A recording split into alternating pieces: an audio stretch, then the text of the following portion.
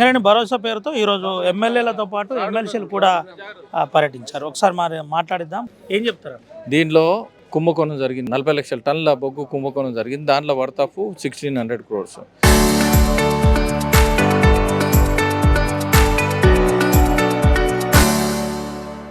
అదేవిధంగా సోలార్ దాంట్లో 1000 కోట్ల కుంభకోణం జరిగింది. అదేవిధంగా రాజస్థాన్లో power plant, Jaipur power plant అని ఆడ 1000 కోట్ల కుంభకోణం జరిగింది. అదేవిధంగా మీరు చూస్తూ ఉన్నారు ఎంప్లాయీస్ విషయంలో తీసుకుంటే కోల్ ఇండియా వాళ్ళు ఇచ్చేది సుమారు 12,880 రూపాయలు ఇస్తూ ఉంది. 1280 రూపాయలు ఇస్తుంది. ఇక్కడ 530 రూపాయలు ఇస్తుంది. అది తేడా ఉంది.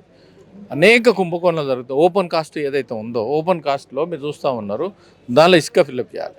ఇసుక ఫిల్అప్ చేయకుండా మట్టి ఫిల్అప్ చేసి దానిలో కూడా పెద్ద కుంభకోణం జరుగుతూ ఉంది. ఈ విధంగా చూస్తే అన్ని కుంభకోణాలు జరుగుతున్నాయి. ఈ కుంభకోణం బయట పెట్టాలి.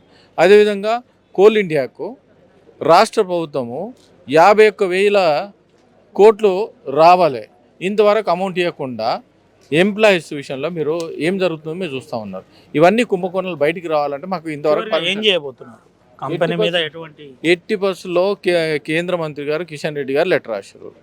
లెటర్ రాసినప్పుడు గవర్నమెంట్ ఆఫ్ ఇండియా 49% ఉంది. 49% ఉన్నప్పుడు దీనిలో మేము అడుగుతా ఉన్న సిబిఐ అన్నా, లేకుంటే మా ఎల్పీ లీడర్ గారు అడుగుతా ఉన్నారు హౌస్ కమిటీ అన్నా, లేక అఖిలపక్షం అన్నా, ఇవన్నీ వేయండి. వేస్తే బయటపడుతుంది.